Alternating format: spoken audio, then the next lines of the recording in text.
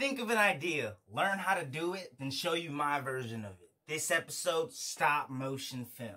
First of all, I'm no professional. I was going to do this video originally on claymation, but digging more into it, I realized I would just be scratching the surface. There's things like flipbook or stick figure animation, but we're not going to get into all that. If you break it down, all video game, animation, and film are all framework. The only difference is the amount of frame. In videos that we watch on a daily basis, it takes 30 frames or 30 pictures to produce 1 second of film. Now, when it comes to stop motion, it takes way less. It's essentially take a picture, take a picture, take a picture, and playing it all together, thus creating a stop motion film.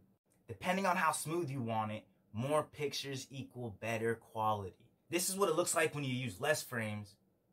This is what it should look like. You want to bring your subject to life. Life is movement. So if your Lego has 4 joints, use all 4 joints. Clay is malleable, so use that to your advantage. Clay is actually my favorite version. There's a special trick that if you spend as much time as you want making whatever you want, squish a little, take a picture, squish a little, take a picture, then put it together and play it in reverse, it looks like the clay molds itself.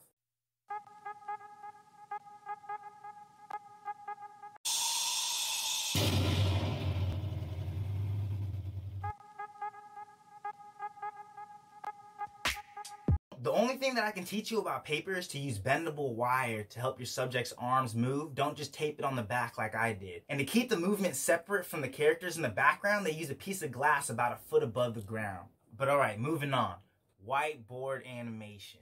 The version that would be my favorite if I could draw better.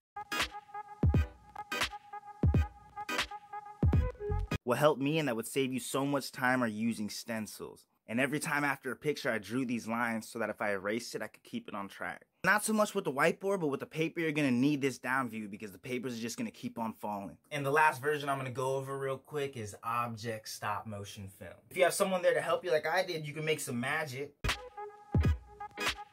But even if you're on your own and get creative, you can end up making something cool. If you're thinking about doing this yourself, just know it takes a lot of time.